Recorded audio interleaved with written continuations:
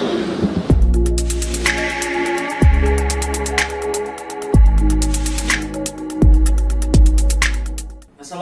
warahmatullahi wabarakatuh. Apa kabar semuanya siswa-siswi kelas 12? Hari ini kita kembali lagi di pelajaran PAI pada pertemuan kedua. Nah, hari ini kita akan membahas materi tentang pernikahan.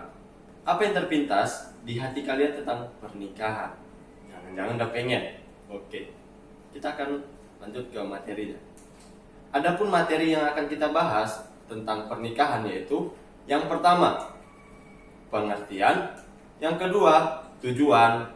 Yang ketiga, ada dalil. Dan yang keempat, ada hukum. Ya, 4 materi ini yang akan kita bahas di pertemuan kedua ini. Di pertemuan ketiga nanti kita masih akan membahas tentang pernikahan. Tapi di pertemuan kedua, cukup keempat materi ini saja yang akan kita bahas. Yang pertama kita bahas yaitu tentang pengertian. Apa pengertian pernikahan atau menikah atau nikah atau munakahat? Secara bahasa, arti nikah berarti mengumpulkan, mengabulkan atau menjodohkan. Sedangkan secara istilah yaitu nikah berarti akad yang menghalalkan pergaulan antara laki-laki dan perempuan yang bukan mahramnya, yang menimbulkan hak dan kewajiban atas masing-masing. Sampai sini udah paham belum tentang pernikahan? Jadi lebih mudahnya yaitu pernikahan yaitu mensatukan dua insan antara laki-laki dan perempuan dengan hubungan menjadi status yang halal. Berikutnya yaitu dalam Undang-Undang Pernikahan Republik Indonesia atau UU PRI nomor 1 tahun 1974, definisi atau pengertian pernikahan atau perkawinan yaitu ikatan lahir dan batin antara seorang pria dan wanita sebagai suami istri dengan tujuan membentuk keluarga atau rumah tangga yang berbahagia dan kekal berdasarkan ketuhanan yang Maha Esa. Jadi pengertian dari pernikahan itu juga sudah diatur dalam Undang-Undang Pernikahan Republik Indonesia. Paham ya mengenai tentang pengertiannya. Kemudian lanjut yang kedua yang akan kita bahas yaitu tujuan. Ya, apa tujuan pernikahan? Apa ya kira-kira? Oke, langsung saja kita bahas. Yang pertama yaitu tujuan pernikahan untuk meningkatkan ibadah kepada Allah Subhanahu wa taala. Ya sudah pasti ya, orang yang menikah itu tujuannya meningkatkan ibadah kepada Allah Subhanahu wa taala. Jadi niat yang pertama untuk nikah itu bukan yang lain-lain. Paham ya? Yang lain-lain itu tanda kutip. Oke, yang kedua yaitu untuk memenuhi tuntutan naluri manusia yang asasi. Yang ketiga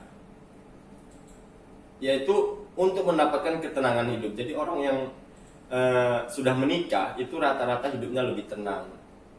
Kenapa? Karena setiap ada masalah mereka memecahkannya berdua. Selama ini kan memecahkan masalah itu dengan sendiri ya.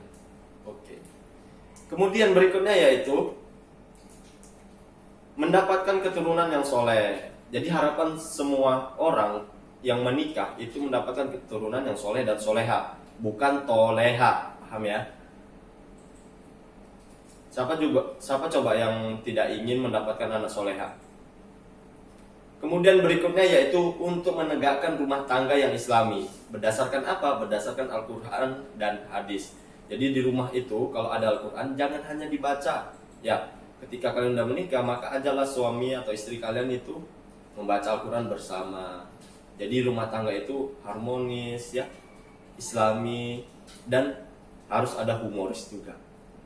Yang terakhir yaitu membentengi akhlak. Jadi orang yang menikah itu tujuannya untuk membentengi akhlak. Kenapa? Ketika kita belum menikah, ketika kita keluar rumah, maka ada menimbulkan yang tidak baik, yang tidak kita inginkan. Ya, jadi ini keenam pokok inilah tujuan dari pernikahan. Oke, sampai sini sudah jelas ya tentang apa tujuan pernikahan sebenarnya. Sampai sini akan kita tinggalkan dulu materi yang ini. Kemudian poin berikutnya yaitu tentang hukum pernikahan. Apa itu hukum pernikahan? Hukum pernikahan ada 5. Apa saja? Mari kita bahas. Yang pertama itu ada wajib. Kenapa menjadi wajib? Ya, wajib diperuntukkan untuk orang-orang yang mampu dari fisiknya, dari mentalnya, dari ekonominya, dari akhlaknya, ya, untuk melakukan pernikahan. Jadi jika dia memiliki semua aspek yang disebutkan tadi, maka dia hukumnya wajib untuk menikah. Karena apa? Nanti takut dikhawatirkan, ya, dikhawatirkan jatuh kepada perbuatan-perbuatan yang tidak diinginkan. Jadi kalau kalian sudah mampu, udah dewasa, udah kerja, gitu, udah mapan, ya nikahlah. Gitu. Yang kedua, selain wajib itu ada sunnah. Sunnah ini diperuntukkan untuk orang-orang yang telah mempunyai keinginan untuk menikah, namun tidak dikhawatirkan dirinya akan jatuh kepada maksiat sekiranya dia tidak menikah. Jadi ya dia pede aja, nggak nikah pun aku nggak akan terjatuh maksiat, dan dia nikah malah lebih bagus. Nah itu sunnah bagi orang yang ingin menikah. Yang ketiga itu hukumnya ada mubah. Mubah ini sama artinya dengan boleh. Kalau tadi sunnah dikerjakan berpahala, tidak dikerjakan tidak berdosa. Kalau mubah boleh. Ya, hukum nikah mubah bagi orang-orang yang mampu dan aman dari fitnah, tetapi tidak membutuhkannya atau tidak memiliki syahwat sama sekali, seperti orang yang impoten atau lanjut usia, atau yang tidak mampu menafkahi, sedangkan wanitanya rela dengan syarat apa saja, sementara wanitanya rela dengan syarat apapun itu. Jadi ini hukumnya boleh. Ya, boleh. Kemudian ada hukum yang keempat, yaitu haram. Haram bagi siapa? Yaitu bagi orang yang yakin bahwa dirinya tidak akan mampu melaksanakan kewajiban pernikahan. Baik kewajiban yang berkaitan dengan hubungan seksual maupun berkaitan dengan kewajiban lainnya, seperti menafkahi istrinya, menafkahi anaknya, dan lain sebagainya. Jadi kalau dia memang takut, itu maka masih haram. Karena kan ada sebagian kita itu takut menikah gara-gara tidak mampu nanti kelak menghidupi istri dan anak. Padahal kata-kata orang yang sudah menikah itu rezeki akan datang kalau kita sudah menikah, seperti itu. Kemudian yang terakhir ada makruh. Ya, makruh ini kalau dilaksanakan tidak berdosa, kalau tidak dilaksanakan berpahala. Ya, makruh yaitu bagi seseorang yang mampu menikah tetapi dia khawatir akan menyakiti wanita yang akan dinikahinya, atau menzolimi hak-hak istri dan buruknya pergaulan dia yang miliki, atau menzolimi hak-hak istri.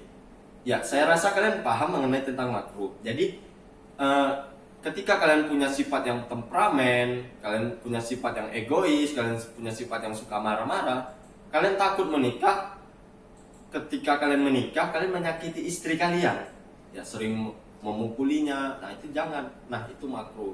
Jadi kalau kita tinggalkan itu malah lebih bagus, seperti itu. Tapi kalau kalian ingin merubah diri, ketika nikah kalian berubah sifat kalian, nah itu malah juga lebih bagus, seperti itu.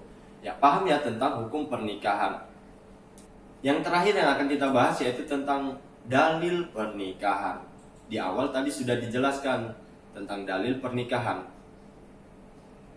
Apa artinya? Mari kita simak artinya berikut ini. Ya, artinya yaitu di antara tanda-tanda kebesaran Allah ialah Dia menciptakan pasangan-pasangan untukmu dari jenismu sendiri, agar kamu cenderung merasa tentram kepadanya, dan Dia menjadikan di antara kamu rasa kasih sayang.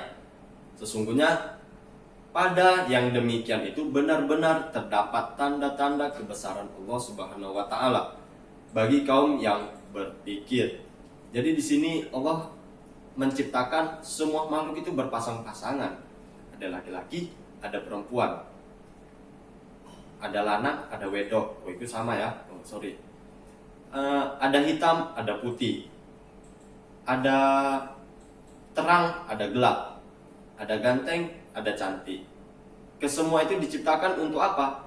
Agar ketika mereka disatukan menjadi rasa tentram. Paham ya tentang ayat tersebut? Oke, hanya itu saja materi kita pada hari ini.